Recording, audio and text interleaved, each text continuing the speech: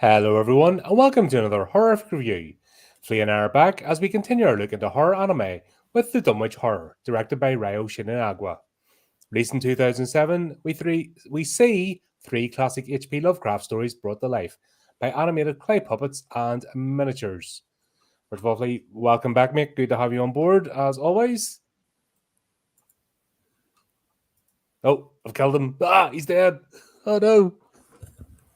Wait, what? Wait. We are live. You right, dude? It's like talking about Lovecraft. Is anything truly alive? That is a fair point.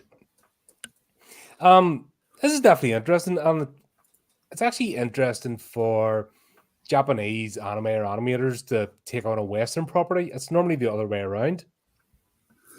This is very true. It's kind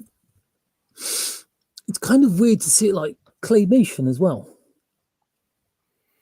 And it's not even proper, because I keep thinking Mork and Mindy when I think of claymation, or Don't Go Into the Trapdoor. Yeah, it was. I think that's one of the things that's put me off it in the past, because it's kind of like it's not so much animation as just like somebody filming a bunch of clay figures. Yeah, this is, I think I said it before I went live there, Thomas the Tank Engine and the Magic Roundabout style of animation. Yeah. But there's a few more sugar cubes involved. It's I'd love to know what he was smoking. Apparently, I was looking up. Apparently, this is the only thing this guy's ever done. Yeah, I found plenty of bits and bobs about him, but he's an artist. Oh, so he's more watercolors, he's more. I think he's more like painting and sculpture, that kind of thing.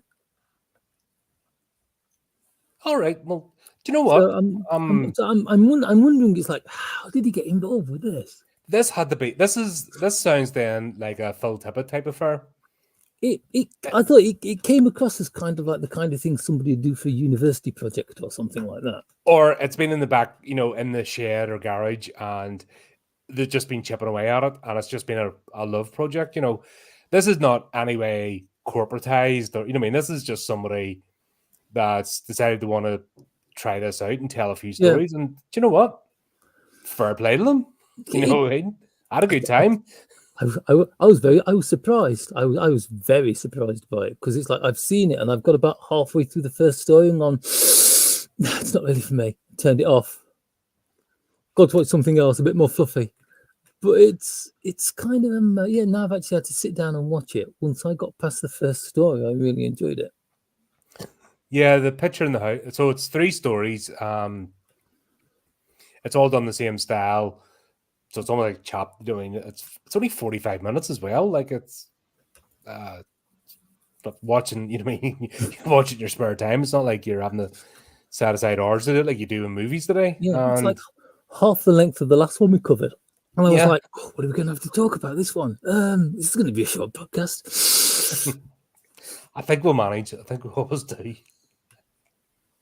Oh, there's Chris in the chat. Yeah, he wrote Call of Cthulhu. It's his story. That's what started it all off. And he's, the Cthulhu mythos and the idea of cosmic horror itself came from Lovecraft. It was his ideas, and that's his whole theme. I have his entire works on Kindle. In fact, I need to bloody charge that thing up again sometime. My God, I've got all his books over there on a bookshelf. Sadly, I no longer. That's part of my rebuilding everything up again. But yeah, that was my thing for about a month, traveling to work in the bus and the commute was Lovecraft. You know what I mean? There's nothing wrong with a bit of Lovecraft. Yeah, good. Just sitting in the bus in the tube, and you're just like, damn it. The only thing now is, now I've seen the 3 stories that are in this, I want him to go back and do like The Haunted of the Dark. Must have been just a one and done, like you said, just he's like zombie one as well. It's like literally, this is like air quote. This is like the only air quote anime. Hang on, let's translate what. Old Farts United. Is that what it is? Oh my let's decipher Jason and Harris graphics over. We've got a puzzle. He's typing with one hand, playing Board of Tanks with the other. Is that what it is? Andy, how are you, sir? I'll get on. I have to say, it's an interesting way to go about it. He could have tried to do like proper animation, I think, like stop motion, and it probably would have never got made. Yeah. He's found like a happy compromise. I honestly think it's like if it had been cartoon animated, I don't think it would have worked as well as it did. No, Because definitely not. The entire thing has kind of like a creepiness to it. I think the fact that he's actually like using like clay figures adds to. And the funny thing I've noticed in all three stories is he animates everything except the figures, because anytime he animates the actual figures, it looks horrendous and fake. But yet, when he animates everything else, like this, like picture in the house, the detail he goes into in the scenery is unreal. Like, and he's got branches swaying in the wind and pictures and stuff, moving. Yeah, but the figures just stand there. Yeah, they're just completely still. It is almost cosmic horror in itself. Like you said, this is it's an experience to watch this. It's not the kind of thing you want to watch in the dark. But it's just like what it. I really enjoyed it. That's the surprising thing that I'm coming out with for this. I really enjoyed it because I was expecting not to. I had no expectations whatsoever. If I'm honest, I was just like, okay, it's a thing, let's watch it. And like I said before, it doesn't matter whether something's good or bad. It's worth the chat, if that makes sense. So if it was bad, it was bad. But there's like a raw, abrasive quality to the production. Mm. And I don't know if it's deliberate or not.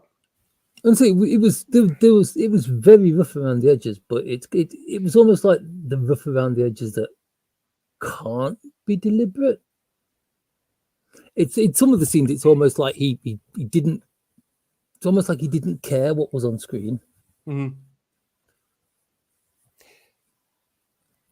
Do you think it was because he's an artist? Is he thinking this in terms of abstract paintings? Like every scene's a painting, and he just happens to right, it might need to animate a little bit to make it into a film. Like the first one's only about 15 minutes. It's they're not long productions. The Dunwich Horror was the longest one of the three.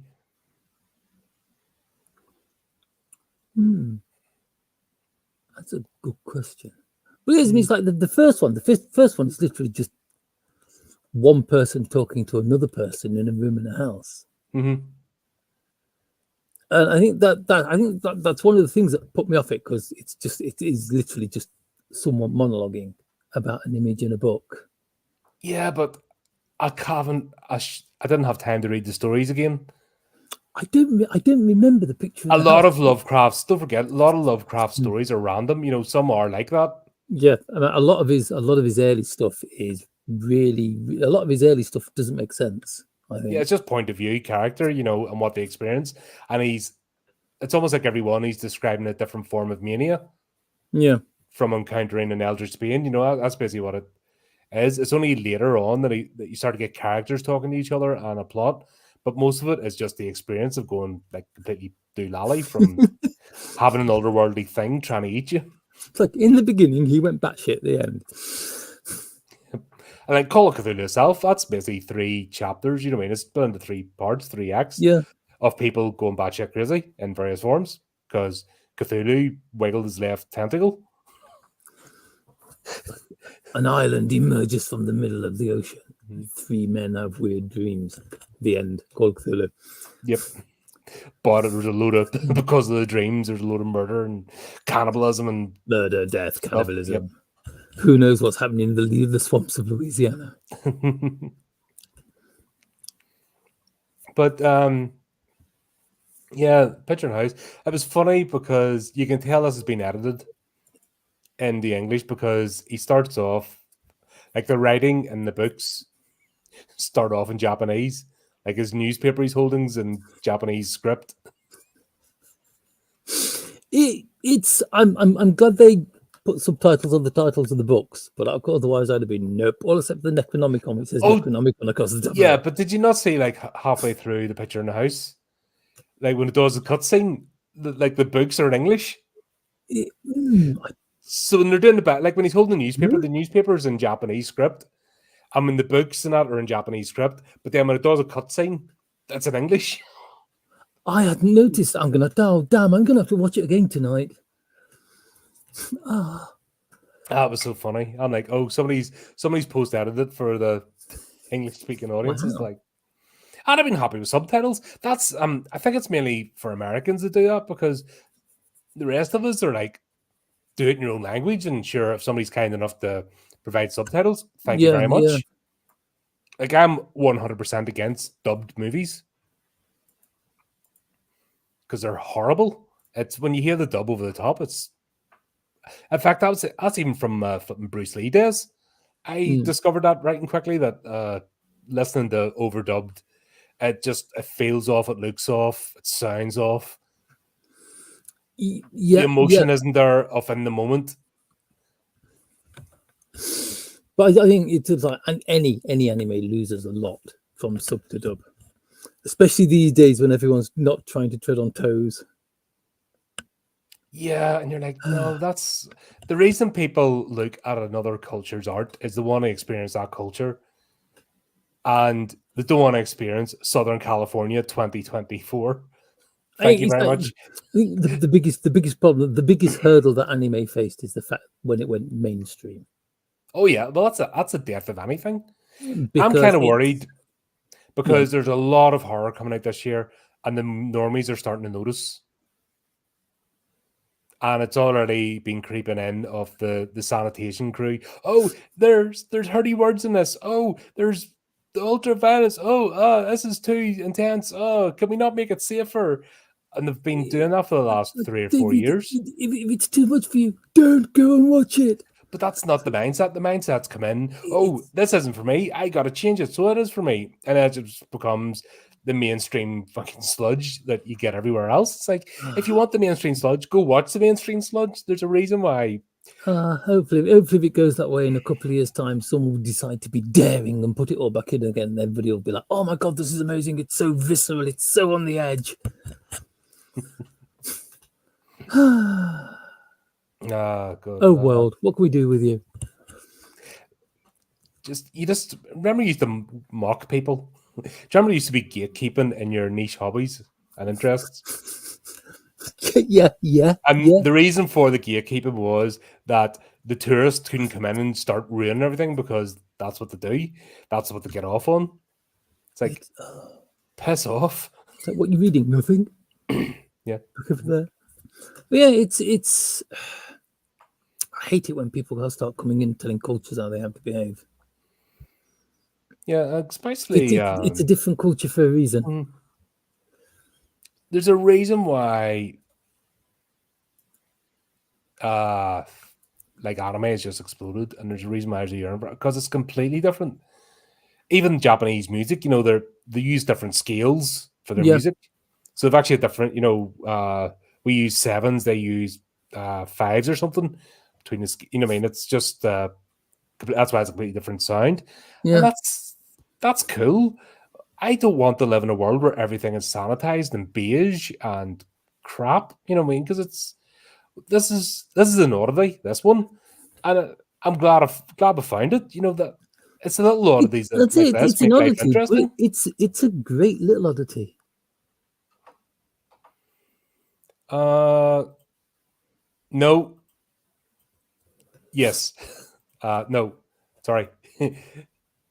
Yes. No. Oh dear. Yeah. Jaws is the classic horror, the time. Jaws, yes. Jaws 2, not much, sir. Not any of the sequels, we'll forget the sequels happened. And even Spielberg didn't sanitize it too much.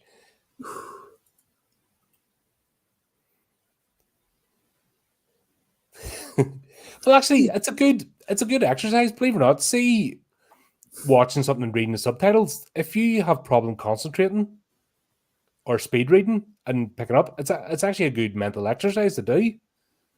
The thing I hate about subtitles these days is a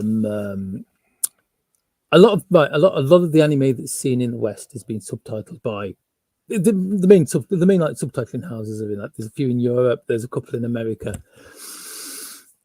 They've started putting what they want to be seen. So it's like they aren't translating things out as true as they should be.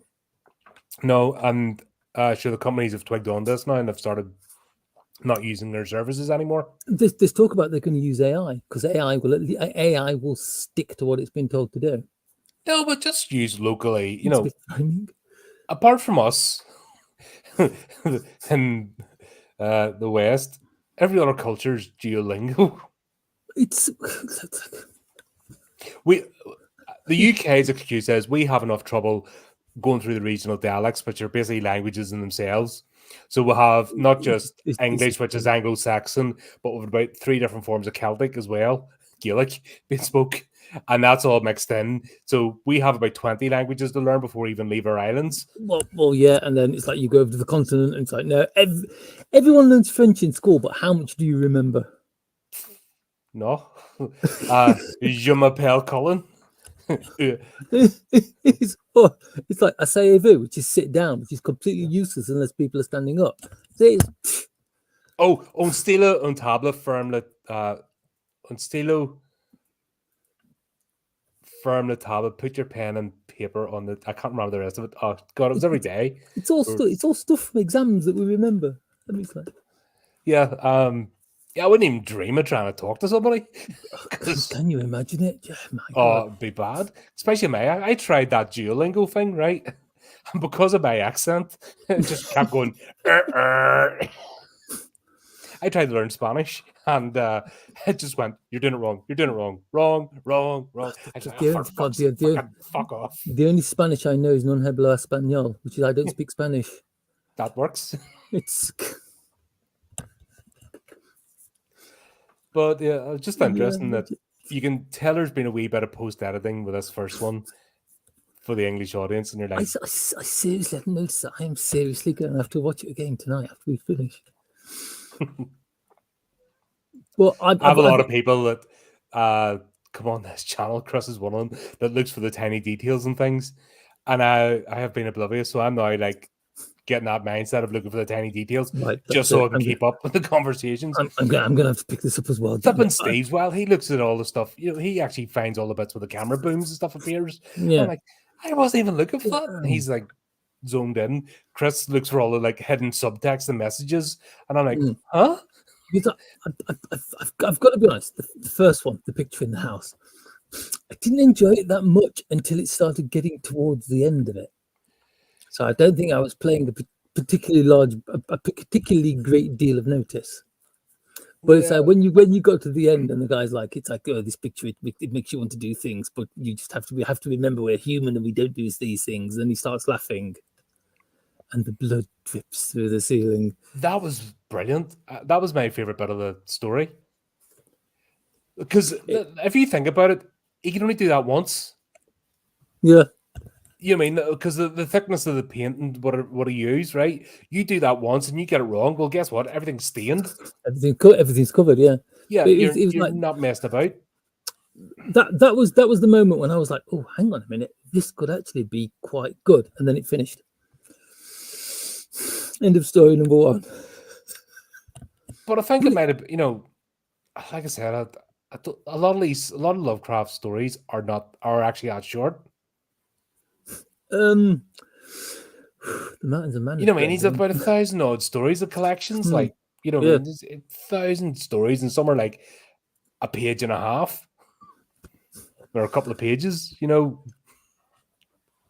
That's that was just a style of his writing. Then he writes full books. He only wrote one full-sized novel during his entire career, and that was at the Mountains of Madness.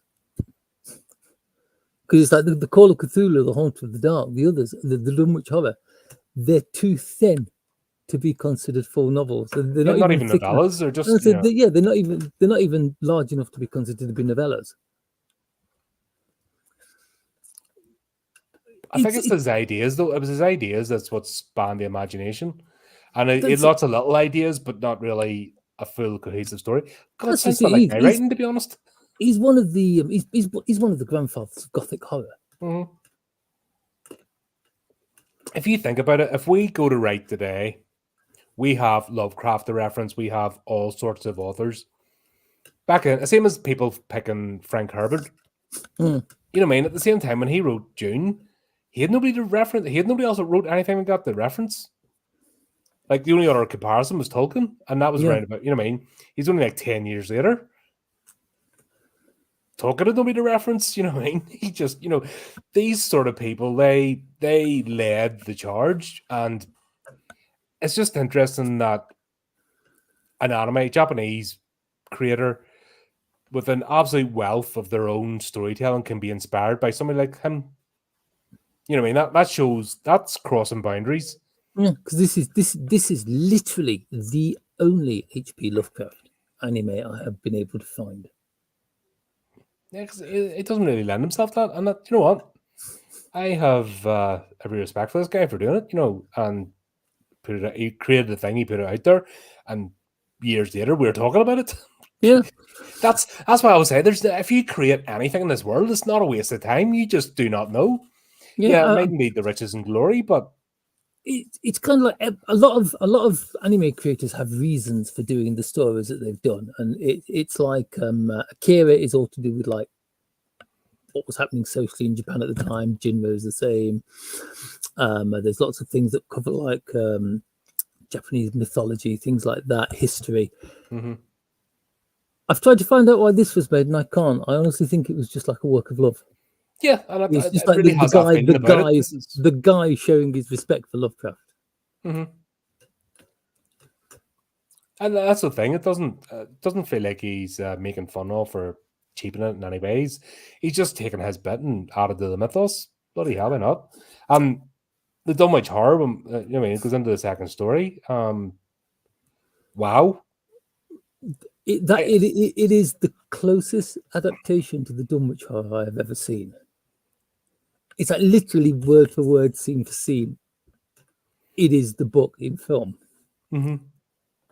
And the sound he uses, like the dogs barking and the bark, and then it goes into the inhuman gurgling. You know, it's the, you know, start as usual. Can't remember the term for it, but it starts at the end of the tale and then tells you how it gets there.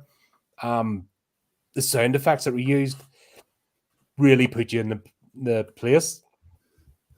I mean, a lot of the sound effects. It's like a lot of the sound effects sounded like stock sound effects. But the way he used them and the way he kind of like spread them apart with things they'd like with effects they'd obviously made in the studio. Mm-hmm. No, definitely. There's an effort. You can tell that there's an effort, and that's the thing. If you're a visual artist and not a sound, you know what I mean, it's difficult to find someone who can do both. You tend to lean, you know what I mean, if you primarily look at sound, you know, you can find visuals is a bit difficult. You know, it's completely different disciplines. Yeah. And he's managed to pull both together. He really wanted to make you feel part of this. He succeeded so well. The anime, like the car when it was approaching the farmhouse, was a bit ropey. Yeah, I did wonder. It's like, was this filmed in a studio, or is it literally some guy with a camera in his front room? I think this has been in the garage or something that he's taken a year or two to make. You know, I think it's something he's went back to time and time again, and it's not been like an effort by a studio to create something. It's been this is the project I have, and he's done it in the spare time and between his regular stuff. Because it's at times you can almost see it's like he's pushing up against limitations with what he can do. Mm-hmm. I think that's one of the reasons why the car approaching the house looks a bit weird, because he was forced to film it in a certain way, and so there was something there that wasn't giving him the freedom to film it as he wanted to. Yeah, and could be just space, physical space to point the camera and having to do it. And like I said, it's just unnoticed wee things I got, but it didn't take away my enjoyment of it. It just gives that sort of rawness to the project, I think. And that, it's not this isn't a polished studio thing that you're going to watch. And I don't mind that, It's like I'm kind of surprised it was released by Toei, the company that released the video when it first came out, known for such things as Sailor Moon, Dragon Ball Z, and there's just like this little kind of like almost passion project tagged on the side of it. Yeah, but I think that's where anime is. That's why anime is taken over. Because this wouldn't have got released in Hollywood, for example. Wouldn't even got to look in through the door. No, not a chance. It wouldn't have got funding from the artsy-fartsy councils over here. I think it really pisses me off about the UK is if you have an art project, there's supposed to be artsy, art councils not, but if you're not part of the crowd, you're not getting it funded. No mission. Yeah. It's not, forget it. I'm rather envious of New Zealand. New Zealand seem to have the right head on when it comes to producing films. There are a few countries that seem to be like making that. It's like over here. It's like, do you remember when the lottery first came out in this country? And it was kind of we're going to give our money to all these things, and it was a little old ladies arranging flowers somewhere in the Cotswolds or a Ballyscore somewhere in Glasgow. But it was never the down to earth kind of things. No, it was always middle class, stuck up Kensington crowd. That's what it catered. Catering to. It was just another way to busy rinse people off, rinse the working class of money. The fun little Tarquin's pet project. Yeah, how many projects like this like the Dunwich Horror have been lost because of things like that? Oh, that's disgusting. It really is disgusting. Just the attitude. And like I said, and that's why I had a big, not full argument, but a disagreement with Cameron on Sunday. I want Hollywood to die. I want the centralization of all entertainment to die. I want it decentralized. I want smaller studios, not making as high profit, but at least there's variety and competition. Yeah, I think it is. That's the problem with anything. If anything always seems to end up being centralized in one position. I mean, it's like I'm still grating my teeth about the fact the guy who directed Godzilla -1 is like, yeah, I want to go and work in Hollywood. That was another thing he started arguing with me about on Sunday. I'm like, he wants to go and work in Hollywood. Oh, but that's fine. I'm like, no, it's not fine. You can go in and change it. No, you don't. You don't go into these monolithic entities and change them. You either go in, get frustrated and leave, or you go in and you get broken down and become part of the system. You just kind of like, you're a good boy. Here's what you're going to do. This is how you're going to do it. Now go over there and do it. And they will grind you into the earth with it. It's amazing because I thought like that in my early 20s. Oh, I'm going to change the world, and the world sort of kicked me in the bits and told me otherwise. And I'm like, okay, fair enough. Can I just have my own wee corner? And even today, it's like, no, you can't have your own wee corner. We're getting in your face now. So I missed my chance to just get my own wee corner and just stay there now because like you can't even do that. Everyone's wanting to conform. So I just kind of like bent like bowed my head and like just grabbed all the rope and just followed everyone else. I'm too stubborn. I'm a bit too old to rebel now. Yeah, I'm just like can't be annoyed. Art is the expression of culture, and if you kill the culture's art, you kill the culture. That's happened in so many places, though, hasn't it? Throughout history, it's always before the big fall. You kill the culture's art because that's how people process in their minds. That's how they understand the world around them. That's how they imagine. That's how we get advances in science and technology. It's through imagination. Yeah. Horror is always the warning. And that's always explored the what ifs. That's what horror has done better than any other genre is, right? What if you leave the the safe path and go into the woods. Well, guess what? The wolf wearing your grandmother as a skin suit eats you. You know what I mean? That's the way it works. I'm all for decent horror. Kind of feels like there hasn't been much around there recently. It's been an interesting year. We're like I said, because of mainstream, Hollywood's desperate. They're churning out all these horror movies. A lot of them are going to miss, but there's a few interesting ones. So we can just hope. But I'll keep going. I mean, that's the thing. Here's a guy who basically made something in his garage. You know, you may as well say that. And here it is. It's out in the ether, and it's rattling about, and it's getting traction, and it's not doing a bad thing. It's just that once you create something, put it out there in the world, it can be found. And especially that's the glory of the internet as well. You can put something out there and you just don't know. It mightn't be even in your lifetime now. You know, it could be. Check. When was this made? 2007. Yeah. So here we are, 2024, talking about it. I kind of wish it had. I think what it is. I think the reason why there could be only maybe be one of them. He could have made it for competition, of which they have several. They have several animation competitions every year in order to try and find new talent. I think he made it for that, and it didn't. The reason there's only the one is because I don't know. Maybe he could have decided he didn't want to make any more, or maybe it didn't impress the people who saw it at the time. Who knows? He just maybe the amount of effort it took and stress to pull the thing off. And maybe if he did get criticized for it, because it wasn't like Japan isn't a perfect society. You know, they're very conformist. If he's done something out there, even for them, he might have, even in his own circle, might have got slagged off for it. And then that's a way to kill creativity, is just stamp on somebody on their first effort. What a shame. That, you know, I mean, I'm just surprised. You know, I mean, we don't know. So we can guess there could be 100 reasons why he went, nah, once is enough. But at least he did it once, and at least it's here. Yeah, but now I've seen it, I want more. It's the Haunter of the Dog needs to be created. Dagon needs a good look at as well. Yeah, I love the cows in this.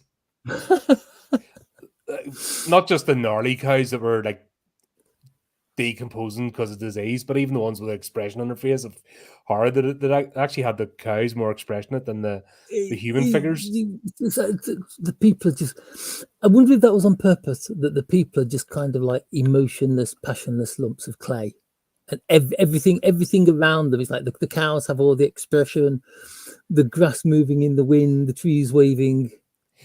Do you know what it is? They failed their sanity rules, but they also failed their intelligence check. So they're like, I'm not saying nothing. I'm saying nothing here.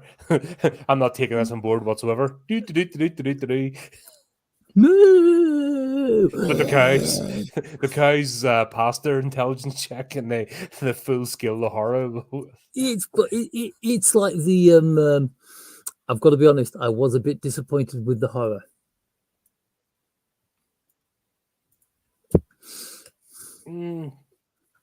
I don't know, like with the Dunwich Horror one, and I think it did a good job. It was more about the atmosphere than, you know, I mean, you're not going to get scared. Let's be honest. Well, yeah, but it's a story you've heard before. I remember what the horror looks like in the book, and I was like, "That's what it's going to look like," and it's completely the opposite. I was like, "How dare!" But we still got eyeballs and tentacles. Come on. Oh, we still got eyeballs and tentacles. So, you know what I mean? We've got eyeballs and tentacles. What more do you want? And it's, like I said, it's something he's done in his back garage, for fuck's sake. He's done better than what I would have. The horror's face was good.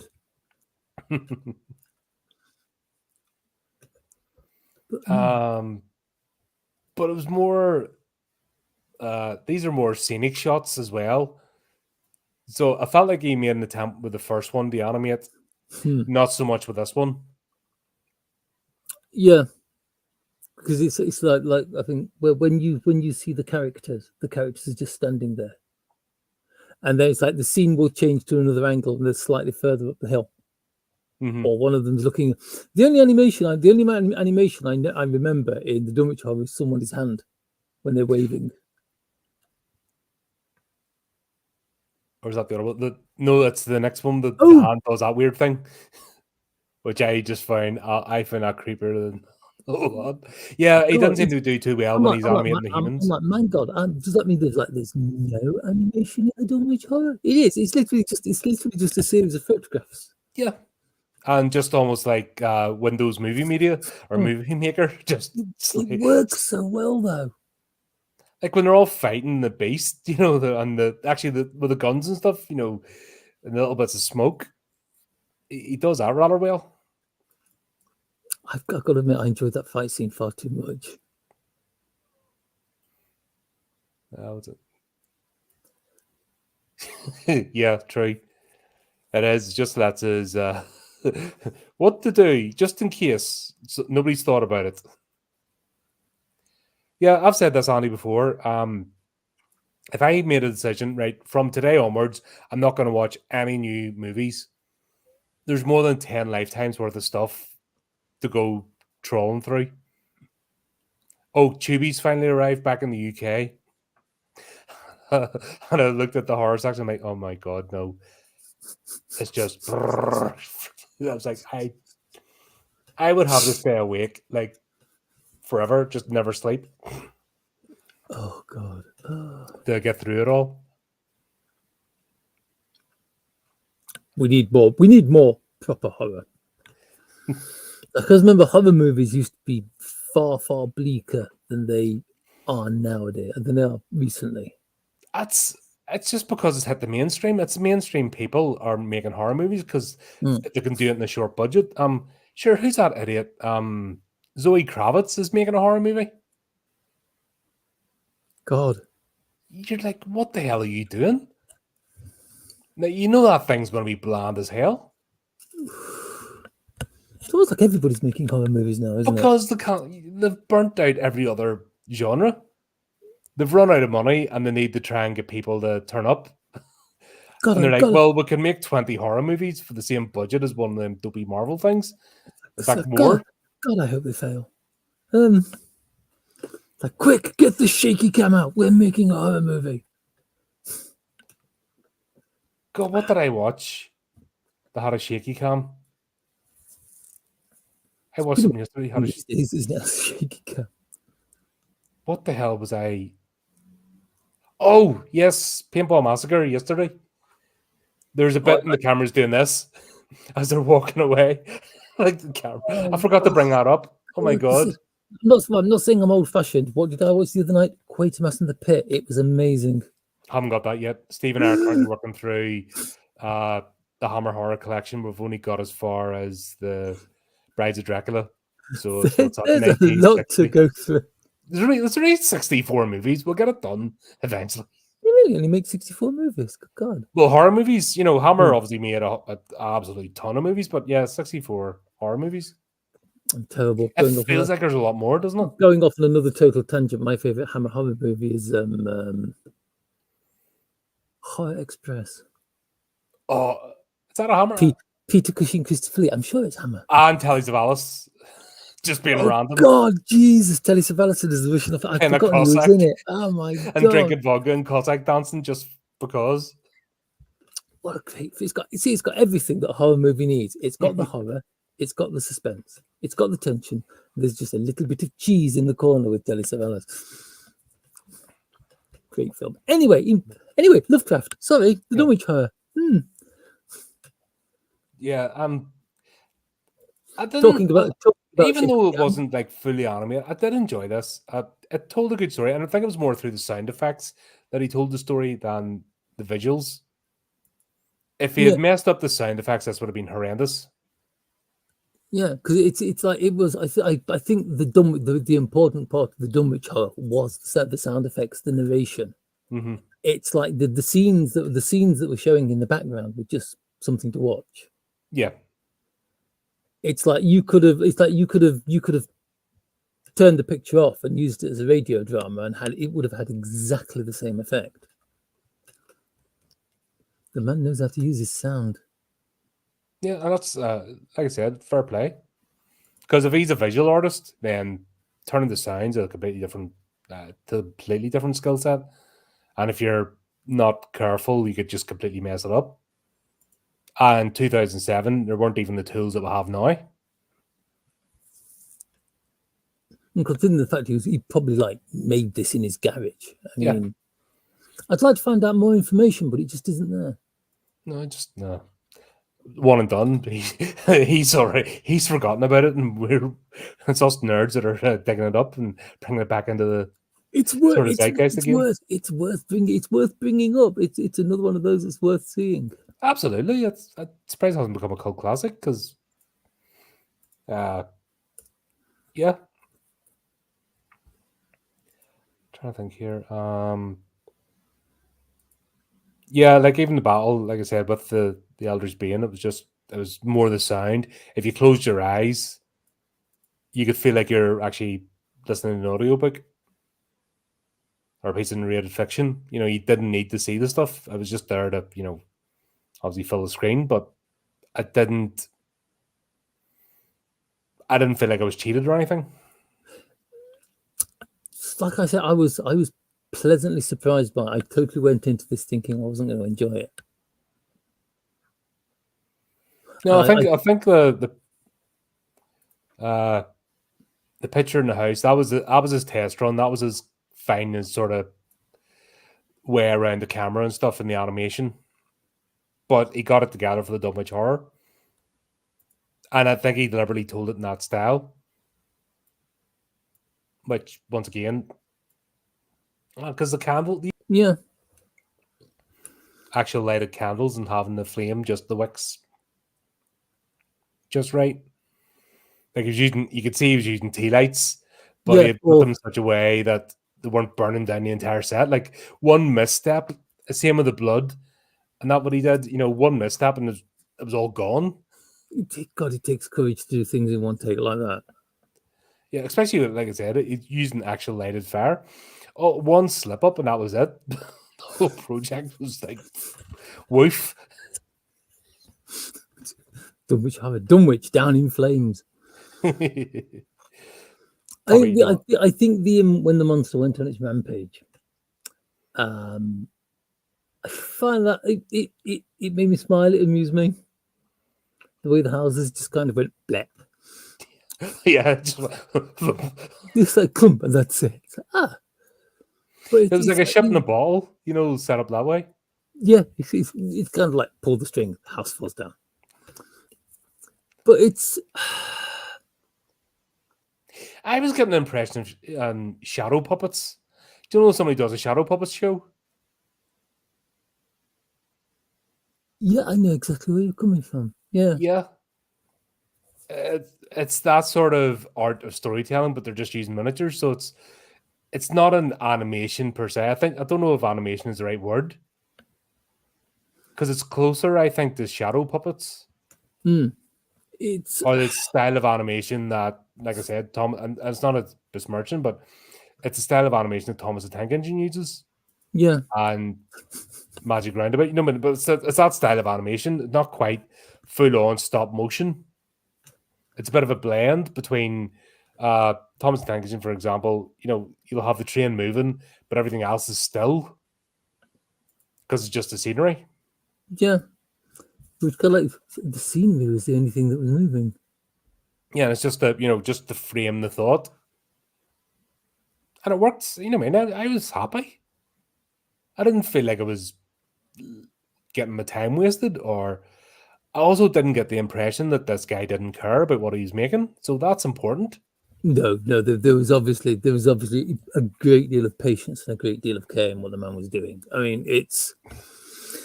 wonder how long it took to do him and how many times he reframed the shots. This would be months, if you think just line that up just to move or set the frame. And also that's diorama building. That's intricate model building he's doing with the scenery. Like, we can't, you can say what you want about the actual animation, but the dioramas he built, like, that's a lot of work. Yeah. It's like there's a scene at the beginning of the picture in the house where it starts to rain, Yes. and there's rain dripping on some stones, wetting them. How many times did he have to? Was that first take? Did he have to retake it? How long did it take him to dry the rocks out after he did it? Because say you got the hairdryer, even it's a completely changed. So you'd have to redo that whole thing again. It's like the entire thing is what, 45 minutes, like 3/4 an hour long. I mean, this is how long did it take to make it? How much attention to detail did he put in it? Like this is model railway diorama, that level. So you're talking about the static grass. I mean, if you get that stuff wet, if you've ever done it with PVA glue and you've just dabbed that wee bit too much, that the whole landscape was bloody ruined. God, even a silly thing I made, doing the toxic. I don't know. I wanted to put lights in it. I should have done. Yeah, I had the idea and then I never followed through. I should have put actual T-lamp lights or something up inside under the tracks. But even when I was doing like a toxic spill out the back and stuff, I'm like, if one bit wrong and the whole thing would have been destroyed. And especially when you learn color, and that's a basic thing. Patience, something I'll never have. When you've got even those silly wee things I built behind me, there are wee mini dioramas I made. Yeah. You can paint on that to get the like rust. If I dabbed one bit too much there was another test piece I did, and I dabbed it with a brush, and it just all went. My color scheme went wrong. Wow. That's why I did it in the test, because I hadn't used that technique of like stippling to get the rust before. I would bring it out, but it's glued, because I don't want things to fall down. Sensible. I have an appreciation for model making and what he's done, and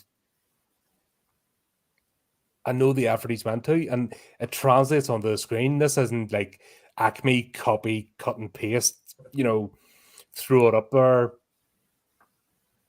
This is somebody who spent intricate time, intricate details and time to create these scenes.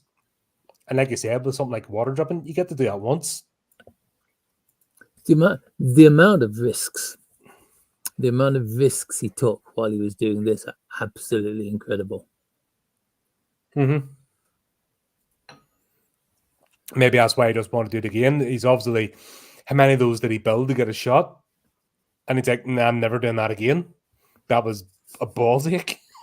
Oh, shame. No, but I want more. Yeah, but we don't always get what we want in life. But I'll get the feeling these first two are like the tests, because, oh my God, the festival. Yeah, I think the festival was easily the best one, just for the eeriness, for the horror. Just the scenery and that, and like this is the one where he's got a wind blowing through the town, and like you've got the signs moving, and shutters going, and you think what you can see how he's built this stuff, and you don't see the wires or anything. You're like, how did you do that? It's damn it! It's like he's taken everything he's learned in the other two and he's put them into this. I mean, I actually wonder, like, did he like glue the sign in place, take a photograph, possibly, glue it with or did he make 5? Did he have them all at different angles and he replaced each one? You wouldn't know. It's just like it's an entire. It's like the Dunwich Horror is a step up from the picture in the house. The festival is 2 steps up from the Dunwich Horror. Yeah, but you can see a progression here. This is only 45 minutes long, the entire thing, but you can see that there's been months, if not a year's worth of work setting this all up. And you can see the actual progression and the techniques. The candles, like the miniature candles he had in this, you could tell it was a tea light in the Dunwich Horror. And he had a tea light, I think, in the picture in the house. So he had a tea light just setting up. Don't worry. Fleago crash. Fligo crash. It's fine. So you could tell he's had like a hole dug in the bottom and up, and set at such an angle that it didn't burn. But here he has actual candles. Actual candles cut back to size. Yeah, and there's a scene in a room where they're like on a candles, and a chandelier and stuff, and around the room where the Necronomicon is, and they're reading from it, and you're like, holy crap, that is. There's people with hundreds of millions who can't do this. A scene like that. Talking about when the guy is sitting there reading the Necronomicon, how creepy is the old lady with the spinning wheel in the background? Oh yeah, she's just. She doesn't move. She just do anything. I thought she was a corpse. It's no, because she's actually working the spinning wheel, but it's towards the end. You get the impression the way she was sort of slumped, and it wasn't until he went to put the blanket over her and take her up to bed that you realize she was a living person. Like, I actually thought she was a specter or an entity or something. I like the way she never turned around, so you never saw her face, so you couldn't see what she was. Mm-hmm. Like I said, it was only when he went to put the blanket around her shoulders and lead her up to bed that you got the impression she was a human and not a harbinger of something. Who says she wasn't a harbinger of something? Well, you didn't know. Because it's one of the things I like about Lovecraft. Lovecraft answers as many questions as he leaves. Yeah, he wants it's kind of like watching the festival. The festival leaves so many questions. I remember the start. It's one of the ones I reread for this, and it's like, it doesn't answer any of the questions it asks. But if you've played Call of Cthulhu enough, you know those pesky cultists have summoned the flipping demon. Now they have to feed it, or else it munches on them all, and that's basically where they're trapped. Yeah. So they dress it up in a pretty ritual so they can get on about their daily lives, because if they don't, they all go insane. And they're already insane, they don't realize it. It's just classic Lovecraft. It's great. Seems like there's the one link through all of them is the Necronomicon. Yeah, that's because it appears in the picture in the house, it appears in the Dunwich Horror, it appears in the festival. But then again, how many of Lovecraft's stories does it appear in? Not that many. In the Abdul Lamar Arab, he's never actually told in a story. He's referenced, but his story's never been told. Even Necronomicon itself, I haven't read it in years. But the Necronomicon's is his spells, but we never hear Abdul's story. How did he get the knowledge? Yeah, but that's that's sort of once again the mystery of unimaginable horrors that he went through to get the knowledge. It's like Hellraiser and the search for the puzzle box. What depravity do you have to crawl through to get to this level so you can actually summon the Cenobites? It's the same principle. It's one that I hope that nobody actually explores. Oh, please don't make the Mad Arab and the Necronomicon. Please don't. It's like, can you imagine what they could do to it? They would fuck it up. It's better not to know and just imagine it. You can't see and that's the thing about Lovecraft. And that's why I know he has quite a few stories out, have been made in the film. The only one that's really come close is Color Out of Space. Yes, I remember seeing the Horror of Red Hook once and never watched it again. It's everything else falls short because that's not the point. The point of all of Lovecraft's story is you being stupid enough to stare into the abyss, and then the abyss notices you, and that's where it goes tits up. Existential. I don't think there are that many good, if any, existential horror films. It can't translate because a filmmaker wants to be visual. Big scope. You can't do it because it's the whole point is, and right down to the story that created the Cthulhu mythos called Cthulhu. The point is that witnessing these things is too much for the human brain, the human psyche to deal with, and that's different for every person. Actually, the only film recently that came close was Smile. Another film I haven't seen. Uh-oh. Right. So there's a scene. Have you seen the trailer for it? I have, yes. Right. So you see the scene where she's in the car and the entity comes up and then the head just sort of flops and it really looks comical and stupid. Yeah. That's fine until you see the scene straight after and then it all makes sense. And I'll not spoil it if you haven't seen it, but Interesting. you know, and it perfectly describes how a filmmaker is a visual medium and a filmmaker wants to show you. But there's things that you cannot be shown because it's different for there 100 of us could stare in the abyss and every one of us will have a different experience and our horror would be different. That's why you can't put it on the screen. That's why the best horror movies, you hide the monster, reveal the monsters, you know, that's the worst thing you can do. Once you reveal the monster, you have nowhere to go. Yeah. That's why you get like the whole spawn of shitty sequels. Because, you know, you've revealed the monster, it's no longer an entity of dread. You know what it is, and if they beat it, they know how to do it. So therefore, it loses the fright factor. And that's something actually this guy does well. He's not tried to show you, even like the Dunwich Horror we're talking about. Yeah, it's never going to be what you can imagine, but what he did is he used the sound effects to highlight the terror of the village. The festival, we've got that sort of fake happiness and community, and you know that there's a darkness underneath.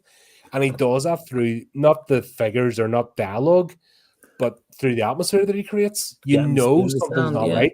Those smells, like your avatar, you know, those are not happy smells. Yeah, it's like you can literally, it's like the main character, you literally see his mind crumble in the last couple of minutes of the film. I love that. I absolutely adored that. God, what was another one? 2001 Space Odyssey, Arthur C. Clarke. He described the whole sequence with Dave at the end of that story when he enters the monolith. Yes. The movie didn't even, you know, Stanley Kubrick did a decent job, but he still wasn't able to capture that. A lot of the time, I mean, Phil, it's really hard to capture something like that. You can't. It's an experience. It's something you have to. Your mind has to fill in. Your mind has to wander, and it has to be untangible. If that makes sense, it has to be an idea just floating out of. Because once you grab that idea, it becomes tangible, it becomes reality, and then it loses its power over you. It's the same as this. The festival. The idea there is just out of reach. You know that they're under the grip of an entity, but you don't know exactly what the entity is, and you cannot directly interface with the entity. You go on this trip of a journey when you're sacrificed to it, and it's, for all you know, you're getting eaten alive. It's a psychedelic put into your brain while you're getting eaten alive. We don't see that bit because you're not meant to. You're meant to imagine what the hell's happening. He thinks he's in some sort of euphoric joy that quickly turns to terror, but you don't know what's happening in reality. Like, for all we know, he's getting like slowly dissolved, like what do you call them? The pitcher plants. Oh, yeah. The pitcher plants are like, the ant drops in, it just gets dissolved alive. But what was the bit where the guy took his face off? That was a ritual. He's like, But did he take his face off, or was that him when he? It was the guy who took him there. The guy who they all took their faces off. Like they took their faces off. It's like were they ghouls maybe? No, but that's the question. Did they actually take their face off? This is the unreliable narrator. This is through the scene of the main character, the sacrifice. So did they do it, or is that what he saw? That's the question. That is a good question. Yeah. And that's what keeps you wondering. And then you go, God, is this actually happening? No. This is his psyche breaking. No, it's the entity doing it to him. This is how the entity feeds. Or is it? Wait, have they given him something? The food he's been eating, or we don't know. I would imagine, being Lovecraft, that it's actually what the being projects. Mm. And it's just, he's the sacrifice, so the being does it to make him docile so it can eat. I've got to be honest, for an elder god, it was incredibly glam. Well, fear isn't always darkness. That's just it. It was so bright, so colourful. Yeah, and that's but once again, that could be a feeding mechanism of, all right, you're going to be a little trippy here because that makes you nice and docile, and I can feed without you struggling. Where if you're going in screaming and kicking, well, guess what? I'm going to have to struggle to eat. So it's it's back down to raises more questions than it answers. I do like that though. I do like films and shows that don't answer all the questions, that make you think. Something you can carry around with you for a while afterwards. Oh yeah, this one rattled about my head for ages, and I like that. It's the same as there's people, because the way Longlegs was advertised there, it was completely misadvertised, and people went in expecting a certain experience, and it wasn't that. So that's why there's a bit of pushback. But to me, it was one of them attempts to actually provide more questions and answers and make you wonder what the hell was actually going on. And a bit of that now, you know what I mean? Not every movie. I like storytelling. I like complete stories. But from time to time, I like an unanswered, what actually happened. And this one in the festival, it does that brilliantly. We know to a point that he's an offering. We know something's happened to the village. We know they've dressed it up in ritual. But as to what exactly is transpired, we have no idea. And that, I'm actually fine with that, because that's part of the horror. Because to face it, that's you not passing your intelligence check after failing your sanity roll. You're just like, oh, it's okay, I can get through this and carry on. Where if you get the full comprehension, that's it. You're rolling more tables.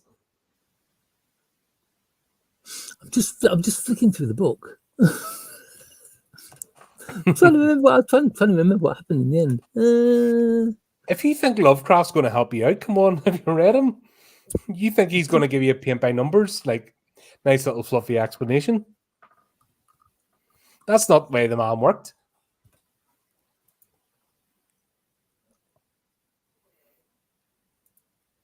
Is he like? He's trying to do a Johnny Five.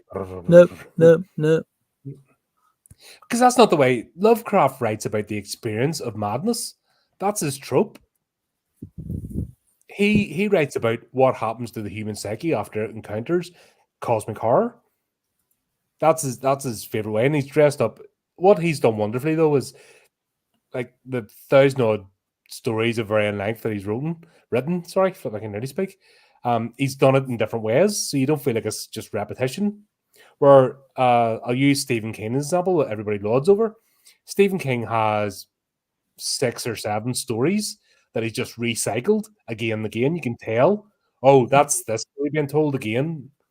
Where Lovecraft managed to make a bunch of unique stories, and I think I'm just doing different lengths and short and punchy. Yeah, there are. I can't think of a single Lovecraft story that actually like mirrors one of the others off the top of my head.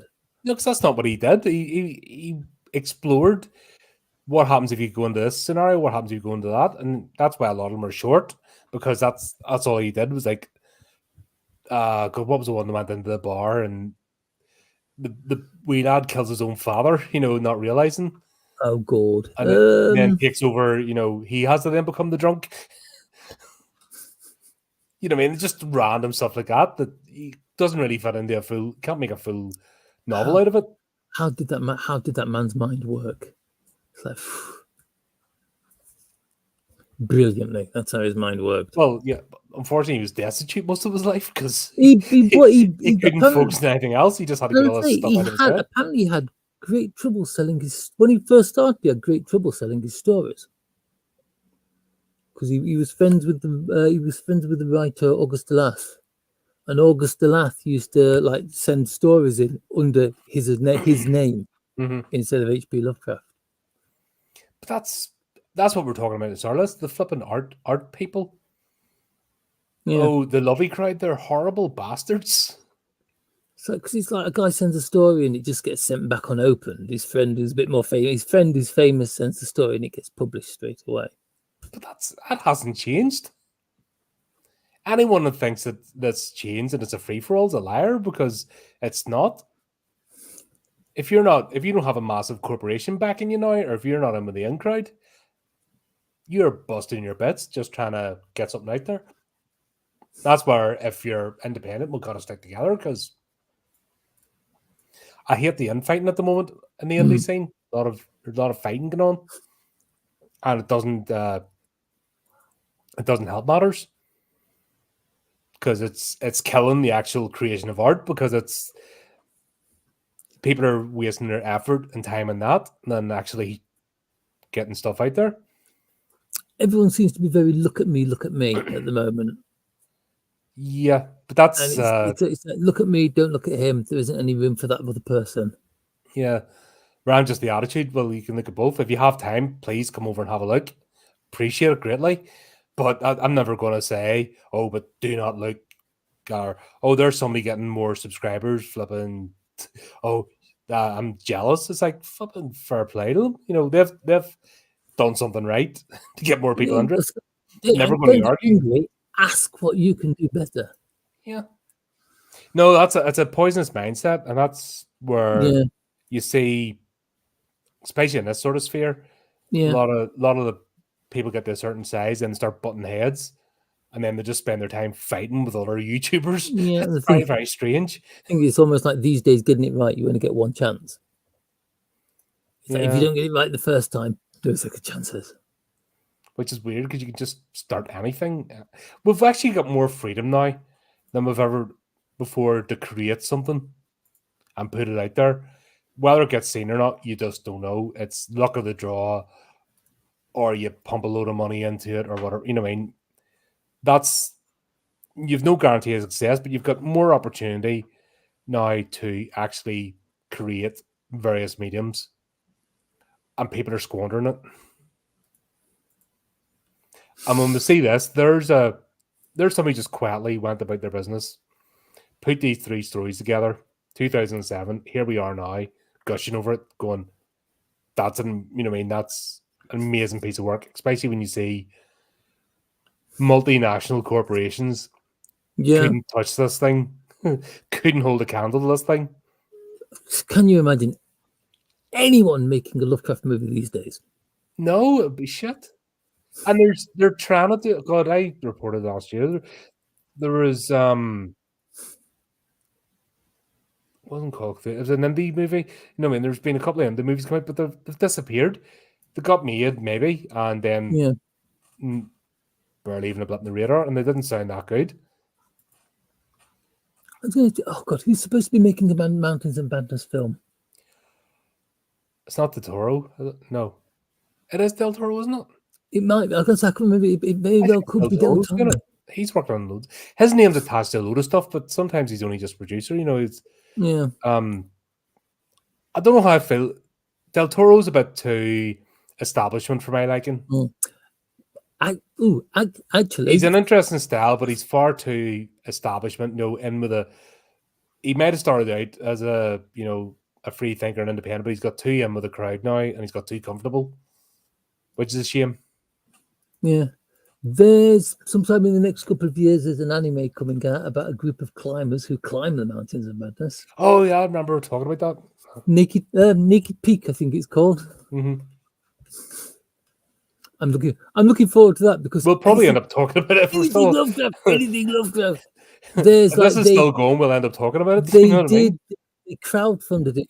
It's been crowdfunded. They released a trailer, but like most things where it's only like a small team of a couple of people doing it, it's taken them a long time to get it together. There's something because when I support a couple of projects, but they only ever put it out once on the physical media. Yeah. And you can get print and demand physical media now, like DVDs and Blu-rays. So it's almost like if you don't get in the crowdfunding stage, that thing never gets seen, which I think is a shame. Games do it too.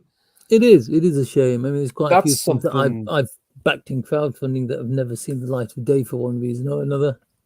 Yeah, that's what puts people off. And that's something that needs to be fixed in the sort of independent sphere, because if people are going to leave the mainstream, they need somewhere to go. We need entertainment at the end of the day. People collect, people want to carry on supporting things. It just takes a couple of bad eggs, you know, and that's it. People get put off. That's literally it. Yeah, because it was a while since I crowdfunded anything after that. But one thing I'll say, like one of the ones I regularly contribute to is Acrostar Films, and they always produce the goods. They haven't let anybody down yet, and they have umpteen stories, you know, films out there. Some they're releasing their YouTube channel, some are a bit more, you know, adult, so they can't. So that goes out in physical media, but it's there. They every time they say they're going to do a project, they do the project. You just need more of that, and then you'll get more things like this. This guy needs to find crowdfunding. He really does. He needs to go. He needs to do more. He needs to do the rest of Lovecraft. I don't think if he hasn't done it since 2007, he's not going to. I honestly, unless he's doing a Phil Tippett. He's got a 30-year project he's currently working on. I honestly think he did it as a project or a competition or something like that. Because I know that there are quite a few people who've done like competitions like this, and they've gone on to like massive careers. The latest one is a guy called Makoto Shinkai, who's released some really, really good stuff, but none of it's horror.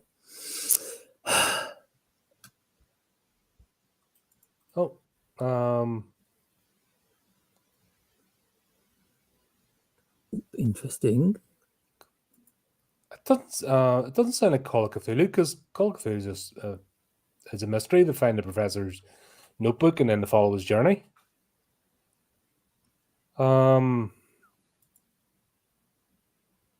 Yeah, I wonder what that's going to be. See, this is the thing that annoys me, but you have to be careful. A lot of people stick the word Cthulhu or Lovecraft, and it's nothing like it. It's just a cheap gimmick to draw people in. Those people are disgusting, by the way, because that's how shit are you? Like, it's like most of the films out there that are based on, even the ones that are like based on the novel by, tend not to be watchable, tend not to be worth watching. I kind of wish that someone, I wish that someone could actually do a decent Cthulhu film that isn't like 15 minutes long. But once again, I don't know if you can, because of the nature of Lovecraft writing. Another one that came close was Glorious. It was Lovecraft inspired. It wasn't Lovecraft, but it was a dark comedy. And it all took place in a public bathroom with one character, a couple of guests that popped in, and J.K. Simmons voiced the entity. I remember that one. It's called Glorious. It was brilliant. I think if there was going to be a film, if there's going to be a Lovecraft film, it would be Shadow of Innsmouth.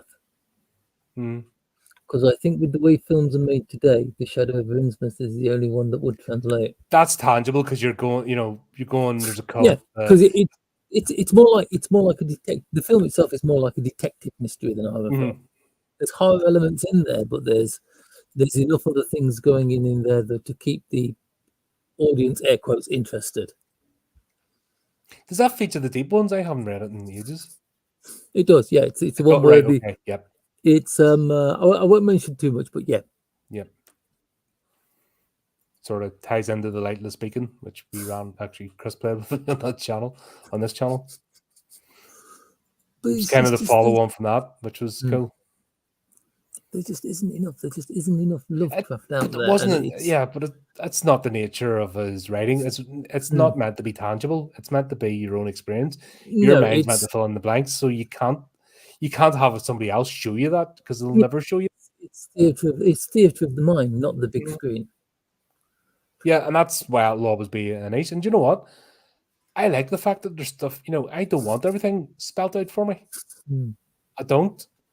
when I go for a movie, for example, I am expecting a different, something different from reading a book or playing a game or listening to something. If somebody doesn't read fiction, for example, listening to the audio, I'm expecting something different. Yeah. I'm expecting my mind to go different places. I just want to see a good Lovecraft film. It's Color compared Out of to Space was good. I enjoyed Color Out of Space. could be better. This is just it, because it's like that is my view, and it's just my view. But you'll always get that. Nobody's going to, that's what I'm trying to say to you, Flea, is because of Lovecraft's writing, it'll never be good enough. No. There's nothing that'll be put there on screen that'll be good enough because it's not your head. It's somebody else's head telling you what you would imagine the thing to be, and it'll never be the same. Damn it, I'll have to get into the business and make my own. That's the only thing. And then everybody There can you tell go. me. Then everybody can I'll tell do me it myself. That's the best way. Everybody can turn around and tell me how bad my version is. But at least you did it. At the end of the day, if you do it, nobody can take that away from you. That's what role play. That's what role playing's for, though. So I can put my impression on paper. Get some model. Get some PVA glue. Get some tiles. Start building. Pick up some clay. I'll get back to you in about 10 years. So I wonder how long did it take him to make this? Shit. Ah, God, that's too far away. Or no, I've put it away. You can get the little thing. The Works? Yeah. Retail shop. You get those little posable figures. Because I was going to do something. I was planning to do something, but I just don't have the space to build what I want to build and leave it there, because I couldn't just be building something and packing it away. It'd have to stay not moving for a year. But I got those little couple of those little posy figures, and sure enough, I was going to have to put my own joint because they weren't very articulate. But yeah, when you see something like this, I'm thinking, no, it's possible.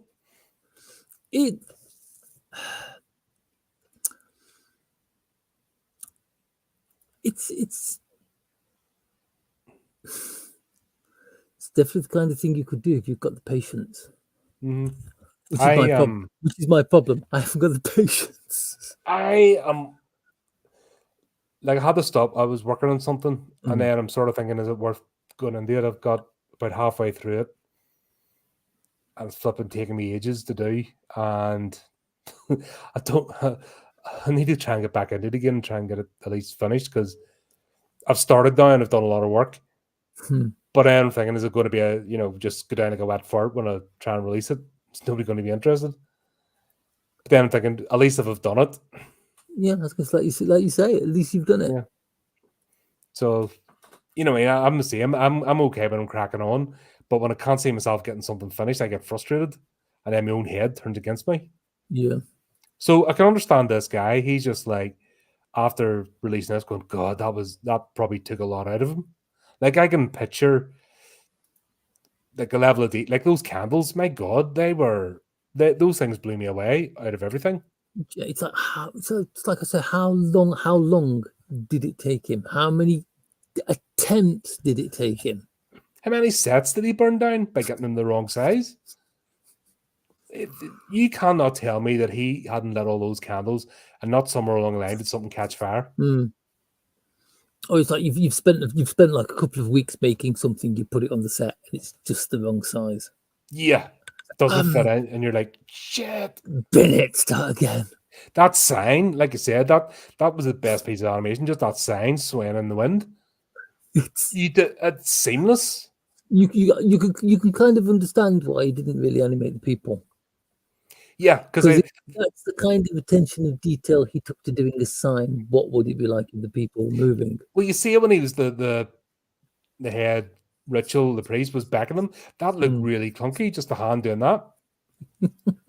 So it shows that, I can imagine that would annoy him. When you see the level of details put into everything else, that would have bugged the shit out of him. But it kind of like that. it's like the disassociation between like the animation of the figures themselves and the animation of the sets they're in. It kind of adds a lot, because it's kind of like it almost feels as if like the players aren't actually part of the scene they're in. They're slightly disjointed from it. I mean, there's more animation on Watson. There's more animation on the Eldritch Horrors than there is on any of the people. Yeah, they just sort of fade in the background. There's more animation on the animals than there are the trees, the grass, the water. Mm-hmm. Like you said, the rain. Oh my god, that could have just been water dripping down the front. It could have been done so ham-fisted, but no, he actually had water dripping on the. I mean, that's not something you do lightly. It's one of those things where you'd only get a chance to do it maybe once every few days. Yeah, because everything would have to dry out. Yep, and then not look tarnished because of what he's using. I mean, that static grass is horrendous if you ever get it. Even if you dab a bit too much PVA and don't cover it right, it looks awful. You got to get that thing just right. I remember it from my model railway days. Thanks for the memories. Yeah, that's if you've done any sort of tunnel. Oh God! And use static grass, or doing a miniature base static grass, and you get that bloody mixture of PVA wrong. If you do it too watery, it doesn't stick. It looks awful. It just ripped over the side. Landslide of grass coming down the side of the If you do it too thick, it's a big glob and just sits. You know what I mean? You gotta get that just the right size of brush so it doesn't spill over the feet. But I mean, kudos to the guy for his set building. Kudos to the guy for his camera. And then you're going to drip water in it just for a scene? Yeah. After going through a lot? Yeah, that's why he hasn't done anymore. It's like I say, I admire the guy's guts just for some of the things he tried to do. Mm-hmm. And he got it to work. Like I say, the first one, I think the first one is the reason why I hadn't finished watching all three of them, because it's like you get halfway through the first one, it's like, yeah, okay, fair enough. But if I'd have kept going and moved on to the Dunwich Horror and the festival. But there you go. You know what I mean? That's the joy of revisiting these things. You know, you think you're going to move on. I like being pleasantly surprised. If I think I'm going to rip something apart and then it turns out to be good, then I'm like, wow, I'm pleasantly surprised. Happy days. I like being surprised in that way. I like happiness, funny enough.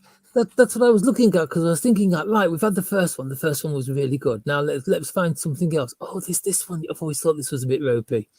Mm-hmm. And it turned out not to be ropey at all. Must try harder. There you go. Well, there you go. That was a lot of fun. Honestly, folks, check it out. It is well worth the watch. And it's just one of them quirky, independent projects that we'll never see again. You know, it's one of them. It just popped into the zeitgeist. There it is, a little oddity. It's somebody that obviously has a love for H.P. Lovecraft and wanted to tell a story. That is obvious when you watch this thing, so you can forgive the technical aspects of it, if that makes sense, because the sound effects, the actual framing and the storytelling of this is brilliant. And shame on the mainstream that can't tell stories, I guess, because they're crap. Yeah, I fully agree with that bit. But there you go. That was here with Manny's. I thought we might have been struggling with this one too, but no, when you get into meat and bones, there's a lot to talk about. I'm sticking with it. It's the best Lovecraft movie I've ever seen. It may only be like three little stories, and they get better as they go on. But the Dunwich, I can't see anybody doing the Dunwich Horror better than that. No, because it pretty much sticks to the book all the way through. There's a few little changes, the pacing has changed, but it more or less sticks to the book. And the festival is actually spooky. Yeah, that's the one that really hit me. And you just felt the progression. Like there's the three acts of like a series of tales. It's connected. But I will after watching it, I will always be sad that the guy never came back and did any more. Well, he's not dead. You never know. No, but he's still out there. Yeah, so as long as you've got life, and do you know what? If we get this, start passing this around, and get it popular, and then he might go, "Oh, people really like that." You'll be like, oh comment, God, oh comment in the God, video. oh God, not again. Yeah. Oh God, I'm gonna have to do another one. But there you go. Thanks as always, Faye, for coming on this. We are back on Tuesday for more Alien RPG goodness. Um, we're getting close to the crunch with this adventure. So it's a terrible feeling it's us who are going to go crunch. Yeah, I think we're all. We've been lucky so far. I think our luck's about to run out, but we'll see anyway. But there you go. Thanks everyone for tuning in the chat, and those that are lurking. I see us. Don't be afraid to say hello. We don't bite much. And until next time, keep updated with the channel, do the typey clicky things, and remember to keep it creepy, keep it horrific.